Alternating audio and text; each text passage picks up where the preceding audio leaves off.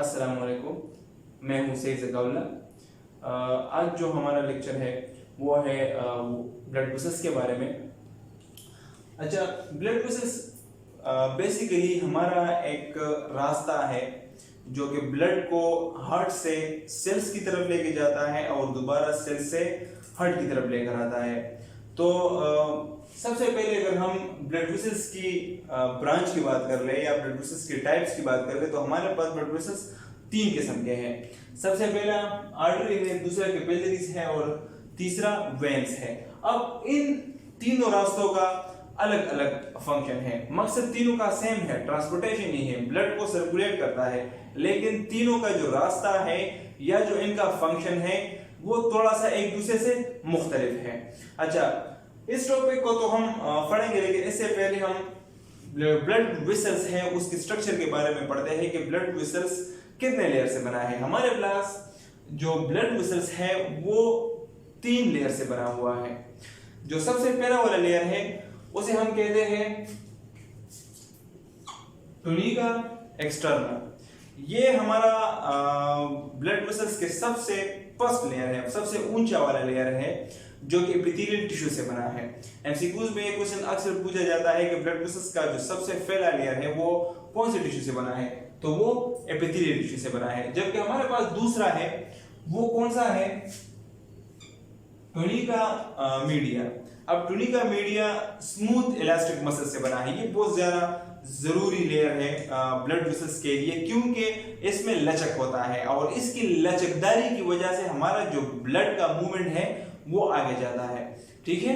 अच्छा, इसके बाद हमारे पास जो आखिरी लेयर है वो कौन सा है, वो है टुनिका इंटरना जो कि कनेक्टिव टिश्यू से बना है। अब जो इंटरना लेयर है, जो सबसे आखिरी वाला लेयर है, उसका फंक्शन क्या है, इस लेयर में ब्लड सर्कुलेट होता है। ठीक है।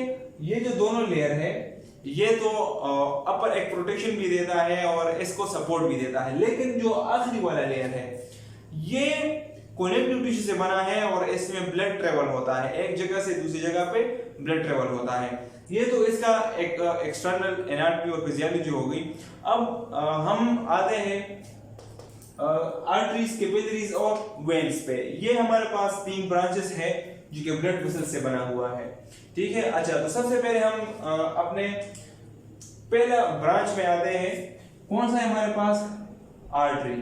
अब सबसे पहले अगर हम बात कर रहे हैं आर्टरी का, तो आर्टरी हमारा ऐसा ब्लड वेसल्स है जो कि सिर्फ और सिर्फ ऑक्सीजनेटेड ब्लड हार्ट से बॉडी की तरफ लेके जाता है। तो सबसे पहला हमारा जो पॉइंट है वो कौन सा है, वो है ऑक्सीजनेटेड ब्लड। अब ऑक्सीजनेटेड ब्लड क्या है, ऑक्सीजनेटेड ब्लड वो ब्लड होता है जिसमें ऑक्सीजन का मिकदार ज्यादा होता है और वो हार्ट से लेकर बॉडी की तरफ पहुंचता है, लेकिन उसके लिए एक रास्ता कौन फराहम करता है, वो ये आर्टरी फराहम करता है। ये वो रास्ता है जिससे ऑक्सीजनेटेड ब्लड हार्ट से बॉडी की तरफ जाता है। अच्छा, फिर इसके बाद ये हार्ट से जो बॉडी है उसकी तरफ क्या करता है, ट्रांसपोर्टेशन करता है। बेसिकली अगर हम बॉडी की बात कर ले तो वो सेल है। सेल हमारे पास एक छोटा सा हुलिया होता है, हर ऑर्गन का, हर टिश्यू का एक छोटा सा सेल होता है और वो सेल्स अलग किस्म का परफॉर्मेंस करता है।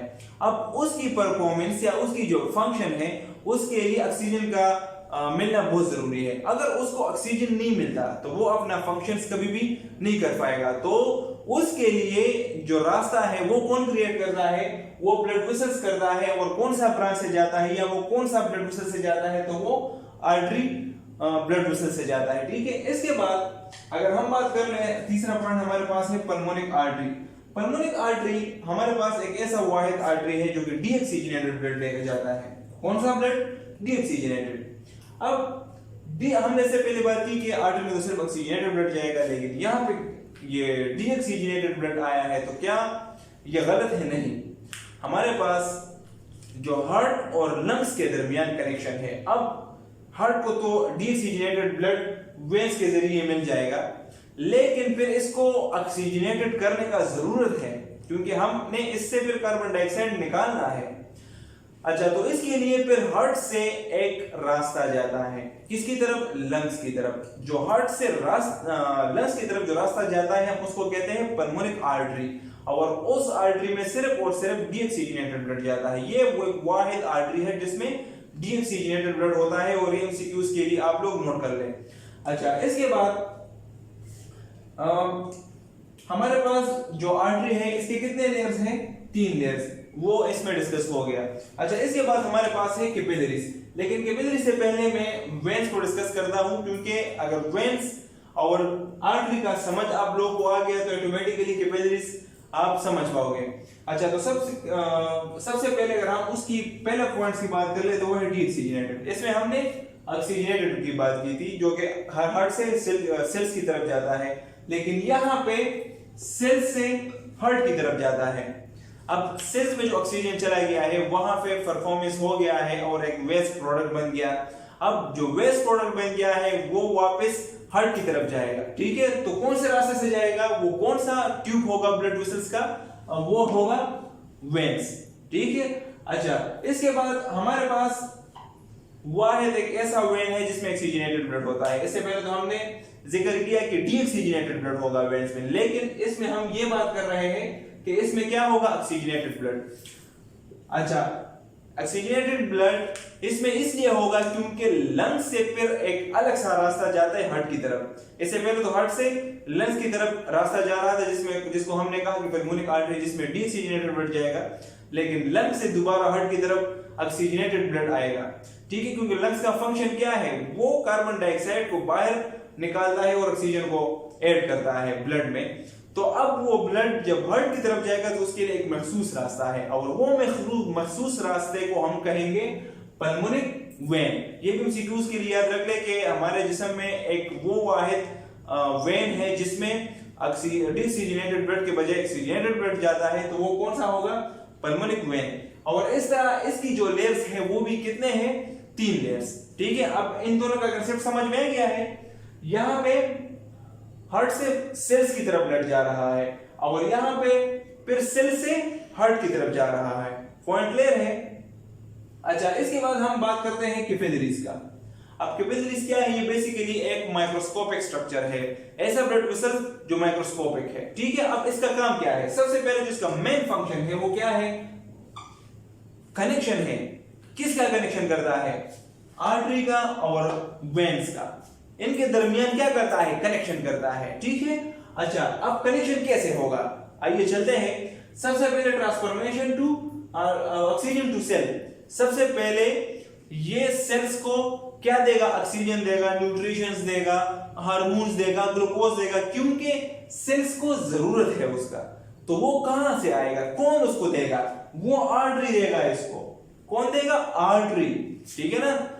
इसके बाद जब सेल्स ने वो यूज कर दिया, इस्तेमाल कर दिया, फिर इसके बाद वेस्ट प्रोडक्ट बन गया, कार्बन डाइऑक्साइड बन गया। अब वो कार्बन डाइऑक्साइड को क्या करेगा? ये कलेक्ट करेगा। ये कैपिलरीज दोबारा उस सेल से क्या करेगा? लेगा। सबसे पहले तो इसने ऑक्सीजन और न्यूट्रिशन दे दी, लेकिन जब उसने इस्तेमाल किया वेस्ट प्रोडक्ट उसने बना लिया उस सेल्स ने, तो वो उस सेल से दोबारा वो क्या करेगा? कलेक्ट करेगा। अच्छा, जब कलेक्ट करता है तो फिर वो किसको देगा? जो वेस्ट प्रोडक्ट बन गया है वो दोबारा किसको देगा? ये वेन्स को देगा। तो इस तरह इसका कनेक्शन, ये इस तरह कनेक्शन बना रहा है, किसकी तरफ? वेन्स की तरफ। और किसका कर रहा है? आर्टरी का। मेरे बात समझ रहे हैं? आर्टरी से ये ऑक्सीजन और न्यूट्रिशन जो है कैच कर रहा है और सेल्स को दिया। अब वापस सेल्स को सेल्स से जो वेस्ट प्रोडक्ट है दोबारा वेन्स की तरफ लेके जा रहा है। तो इस तरह इसके कैपिलरीज ने आर्टरीज और वेन्स को क्या कर दिया? मिला लिया है, ठीक है। अच्छा, ये आपको समझ में आ गया है। अब इस डायग्राम में मैं आपको इसका मुकम्मल खुलासा समझा देता हूं। सबसे पहले हमारे पास हार्ट में ऑक्सीजनेटेड ब्लड होता है। कौन सा ब्लड? ऑक्सीजनेटेड ब्लड, जो कि लेफ्ट वेंट्रिकल से कहां आता है? अयोटा में, और अयोटा से फिर फर्दर वो मुख्तलिफ ब्रांचों में तकसीम हो जाता है, और वो ब्रांच क्या होंगे ब्लड वेसल्स के? वो आर्टरी होंगे। तो सबसे पहले आर्टरी में क्या होगा? ऑक्सीजनेटेड ब्लड ट्रेवल करेगा। कहां पे ट्रेवल करेगा? अपने सब डिवाइडेड ब्रांच में। जो आर्टरी का सब डिवाइडेड ब्रांच है हम उसको क्या कहते हैं? आर्टरियोल्स। इसमें भी क्या होंगे? ऑक्सीजनेटेड ब्लड होगा।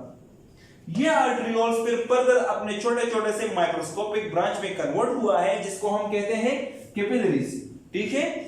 तो जो आर्टरियोल से निकले हुए कैपिलरीज होंगे जो सेल्स में अंदर एंटर हुए हैं, तो उसको हम क्या कहेंगे, कैपिलरीज, ऑक्सीजनेटेड कैपिलरीज। ठीक है, ये आर्टरियोल से जो निकला हुआ कैपिलरीज है या जो छोटे छोटे से फर्दर ब्रांचेस है ब्लड वेसल्स के, उसमें भी क्या होगा, ऑक्सीजन होगा।